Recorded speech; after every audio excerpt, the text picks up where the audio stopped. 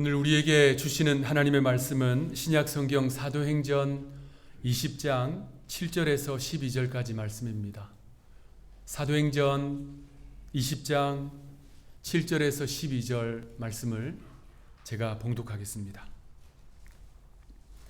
그 주간의 첫날에 우리가 떡을 떼려 하여 모였더니 바울이 이튿날 떠나고자 하여 그들에게 강론할새 말을 밤중까지 계속하매 우리가 모인 윗다락에 등불을 많이 켰는데 유두고라 하는 청년이 창에 걸터 앉아 있다가 깊이 졸더니 바울이 강론하기를 도우래하며 졸음을 이기지 못하여 3층에서 떨어지거늘 일으켜보니 죽었는지라. 바울이 내려가서 그 위에 엎드려 그 몸을 안고 말하되 떠들지 말라, 생명이 그에게 있다 하고 올라가 떡을 떼어 먹고 오랫동안 곧 날이 새기까지 이야기하고 떠나니라.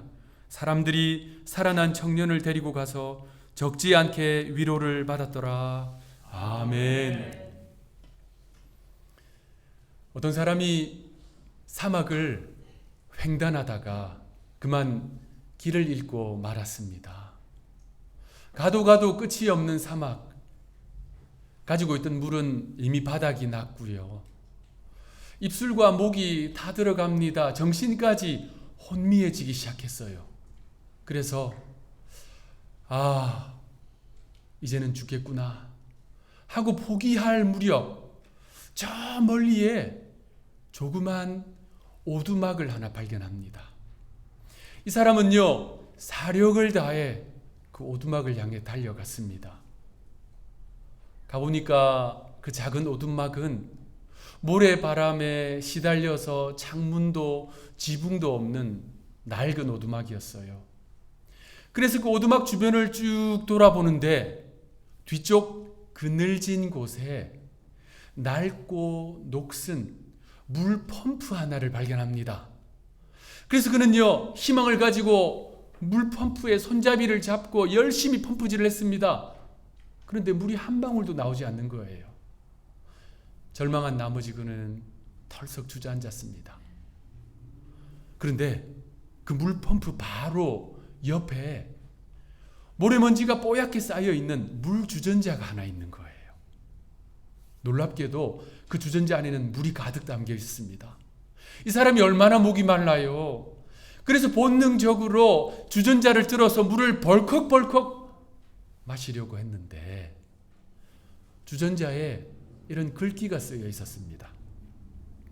이 주전자에 담긴 모든 물을 펌프에 부어 펌프질을 해야 합니다. 떠나기 전에 다시 이 주전자를 반드시 채워 놓으세요. 자, 그에게 기막힌 선택의 순간이 왔습니다. 이 생명같이 귀하고 아까운 물을 저 녹슬어 있는 펌프에 모두 부을 것인가, 아니면 일단 좀 마시고 살고 볼 것인가. 만약에 여러분이 그러한 상황이시라면 어떤 선택을 하시겠습니까? 이 사람은요, 이 물을 마시지 않고 모두 펌프에 부었어요. 그리고 펌프질을 하기 시작했습니다. 한참을 펌프질을 했는데 아무 변화가 없는 거예요. 그런데도 이 사람은 희망을 버리지 않고 열심히 펌프질을 했는데 뭔가 느낌이 다른 거예요. 그러다가 물이 한 방울 두 방울 나오기 시작합니다. 곧 이어서 물이 콸콸 쏟아졌어요. 깨끗하고 시원한 물이 쏟아졌는데 그 사람이 권사님처럼 할렐루야를 외쳤는지는 모르겠습니다만 원 없이 그 물을 마셨습니다. 그리고 자신의 물통마다 물을 가득 채웠어요. 그리고 그 주전자에 물을 채워 넣는 것도 잊지 않았습니다. 그러면서 이 사람은요, 이런 글귀를 남기고 자신의 여행을 떠났습니다. 당신이 주전자의 물을 다 펌프에 부으면 물을 마음껏 얻을 것입니다. 이것을 선택하십시오. 정말 잘 될 것입니다. 떠나기 전에 이 주전자에 물을 다시 채워 놓으세요. 여러분, 이 사람은 좋은 선택을 했지요. 자신의 그 선택으로 자신도 살고 다음에 온 사람도 살 수 있는 길을 열어주었습니다. 훌륭하고 지혜로운 선택입니다. 여러분, 이러한 좋은 선택은 늘 좋은 결과가 따릅니다. 때로는 이렇게 좋은 선택을 했는데도 좋은 결과가 따르지 않을 때도 있어요. 금방 그 결과가 눈에 보이지 않을 때도 있습니다. 그래도 우리가 실망하지 말 것은 공의로우신 하나님은 결국에는 아름다운 열매를 얻게 해주실 것이기 때문입니다. 여러분, 이 주일에 여러분들은 하나님을 예배하기 위해 이 자리로 나왔습니다. 모두가 이러한 선택을 하는 것 아니에요. 적지 않은 사람은 주일을 그저 휴일로 여기고 친구들과 가족들과 산으로, 들로, 바다로, 강으로 떠납니다. 그런데 여러분들은 이 주일에 하나님을 경배하기 위해서, 예배하기 위해서 선택하고 이 자리로 오셨어요. 좋은 선택하신 것입니다. 지혜로운 선택하신 것입니다. 그러한 복된 선택을 하신 여러분들에게 하나님께서 다함 없는 은혜 주시기를 축복합니다. 오늘은 종려주일이에요. 장로님 기도하신 것처럼 우리 주님께서 어린 나귀를 타시고 예루살렘으로 입성하셨습니다. 많은 사람들이 주님을 환영했어요. 종려나무 가지를 꺾어서 흔들면서 어떤 사람은 길에 깔아드렸습니다. 또 몇 사람들은 자신의 겉옷을 벗어서 주님이 걸어오실 길을 위에 깔아드렸습니다. 그들은 주님을 향해서 큰 소리로 외쳤습니다. 호산나 다윗의 자손이여, 찬송받으실리여, 지금 우리를 구원하소서. 그들은 열렬히 주님을 환영했어요. 그런데 채 며칠이 되지도 않아서 주님을 환영한 그 인파들은 곧 주님을 십자가에 못 박으라 라고 외치는 자리에 섰습니다. 우리의 인생이 선택의 연속이듯이 우리의 믿음도 마찬가지로 선택의 연속입니다. 그 선택 하나하나가 모여서 삶을 이루기 때문에 우리는요, 진지하게 선택을 하잖아요. 이 종려주일에 하나님을 경배하기 위해 이 자리에 나온 여러분들, 일생 이 좋은 선택을 포기하지 마시기 바랍니다. 여러분 앞뒤 좌우에 계신 분들 손잡아 주시면서 이렇게 믿음으로 권면합시다. 일생 이 믿음 변치 맙시다. 아멘. 오늘 본문에는 우리가 잘 아는 한 청년이 등장합니다. 그의 이름은 유두고. 유두고라는 이름의 뜻은 다행이다 예요. 참 다행이다라는 것입니다. 다행이다라고 하는 이 이름의 뜻이 나쁜 뜻은 아니지만 사람 이름에 쓰기에는 다소 어색합니다. 그런데 오늘 본문을 보니까 이 청년은 자신의 이름 그대로 정말 다행인 상황을 맞이하지요. 예배 시간에 설교를 듣다가 삼층에서 떨어져 죽었습니다. 그런데 사도 바울의 기도로 그가 다시 살아났습니다. 졸다가 떨어져 죽은 유두고, 기도로 살아난 유두고. 그러니까 그는 그 이름대로 참 다행인 게 맞지요. 유두고라는 이름의 헬라어 발음은 유티코스입니다.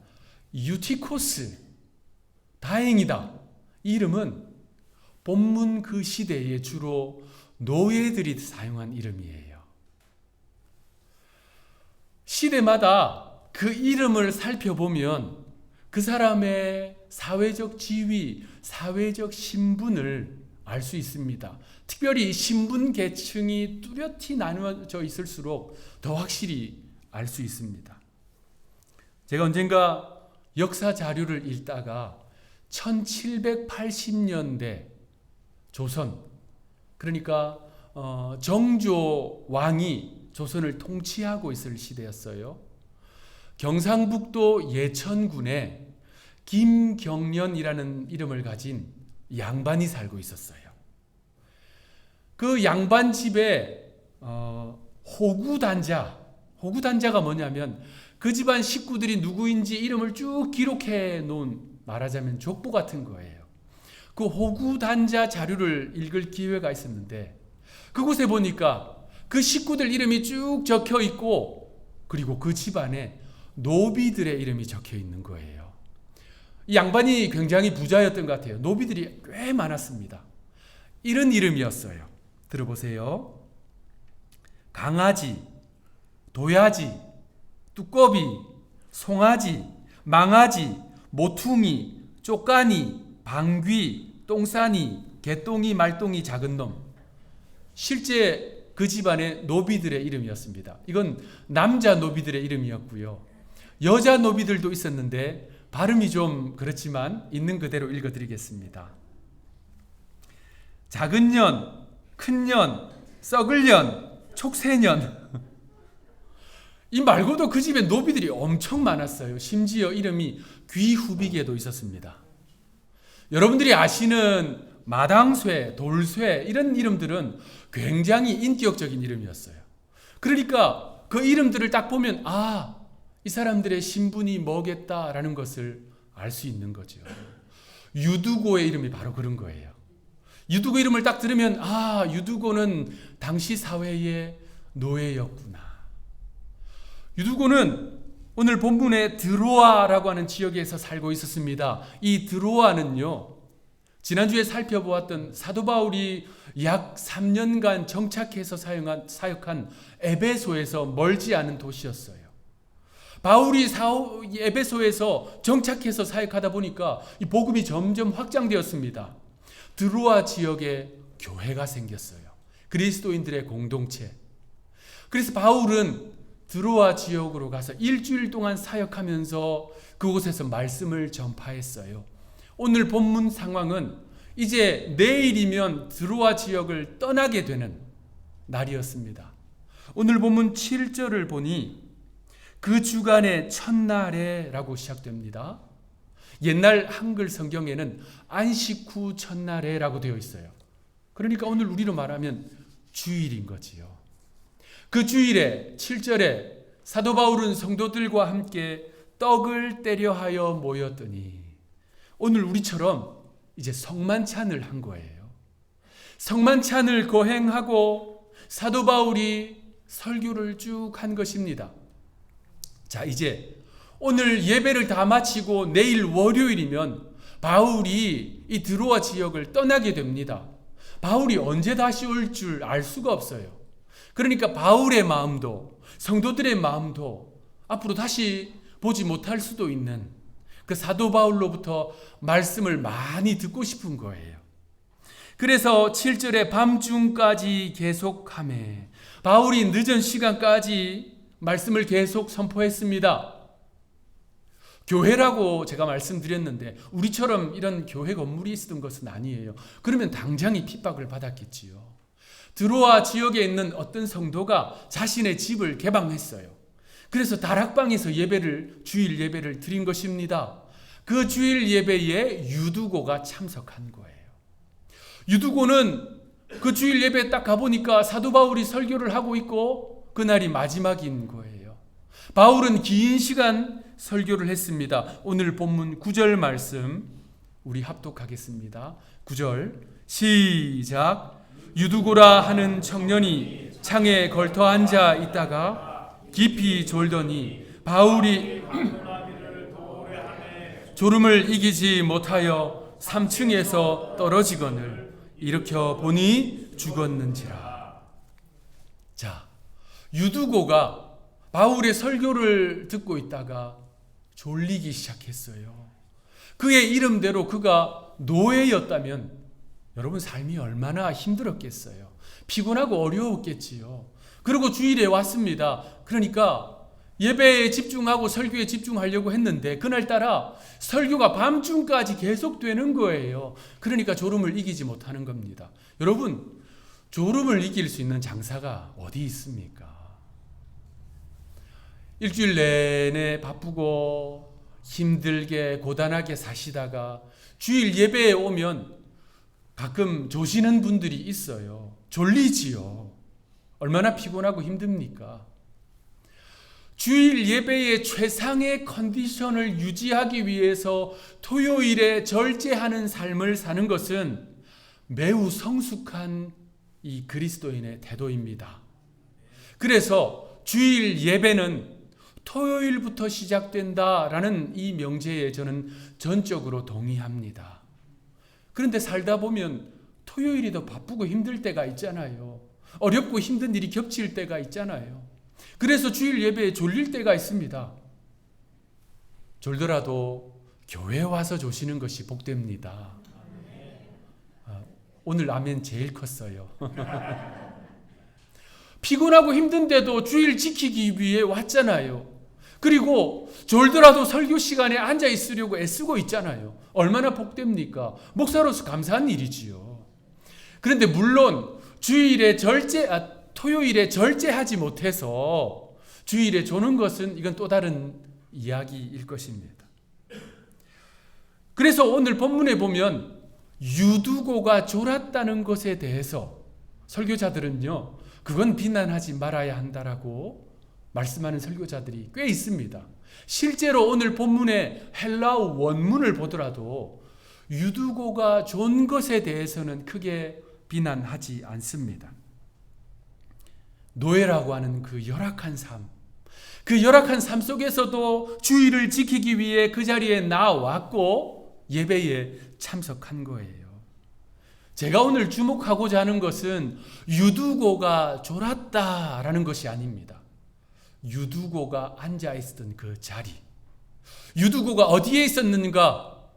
오늘 설교 제목대로 유두고는 창에 걸터 앉아 있었습니다.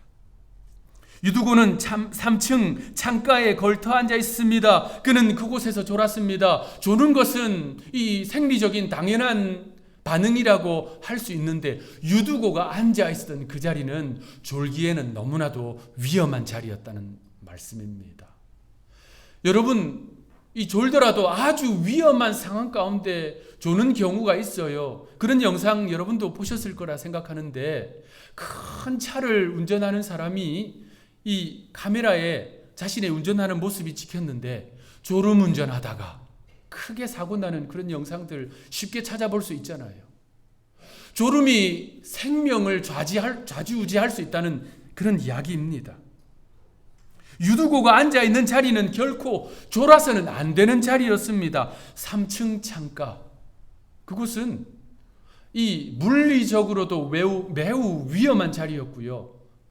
영적으로도 위험한 자리였습니다.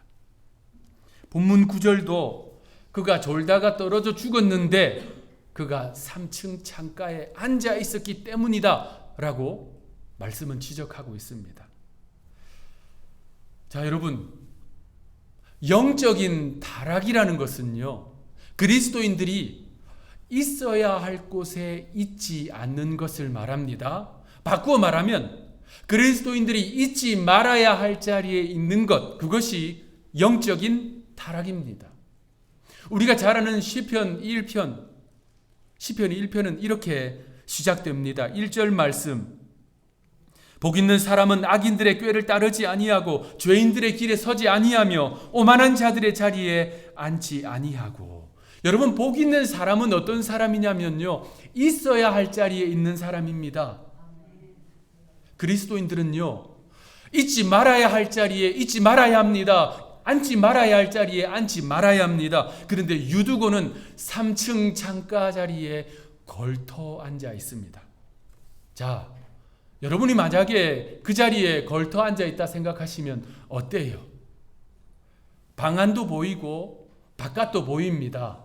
사도 바울의 설교를 들었다가 세상도 눈을 돌려서 구경하게 되는 것입니다.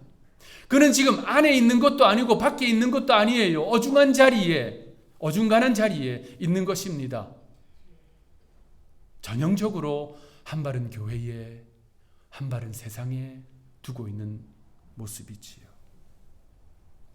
그런 신앙생활은요, 자유로운 듯 보이나 사실은 매우 위험합니다.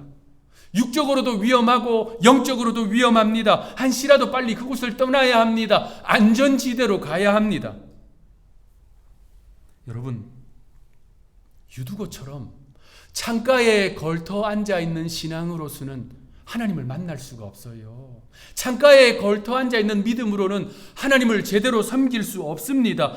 유두고는 그 위험한 자리에서 졸다 그만 떨어져 죽은 것입니다.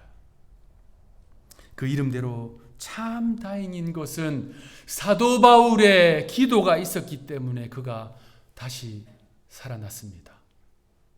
사도 바울은 2000년 전에 순교하고 지금은 없습니다. 이처럼 걸터 앉아 있는 신앙은 언제나 추락 사고의 위험이 있다는 것을 우리가 경계해야 합니다. 말씀을 마무리하겠습니다. 약속의 땅 가나안을 정복한 여호수아가 온 백성을 세겜으로 모았습니다. 그리고 다음과 같이 선포합니다. 여호수아 24장 14절 15절 우리 합독하겠습니다.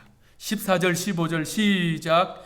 그러므로 이제는 여호와를 경외하며 온전함과 진실함으로 그를 섬기라. 너희의 조상들이 강 저쪽과 애굽에서 섬기던 신들을 치워버리고 여호와만 섬기라. 만일 여호와를 섬기는 것이 너희에게 좋지 않게 보이거든 너희 조상들이 강 저쪽에서 섬기던 신들이든지 또는 너희가 거주하는 땅에 있는 아모리 족속의 신들이든지 너희가 섬길 자를 오늘 택하라. 오직 나와 내 집은 여호와를 섬기겠노라.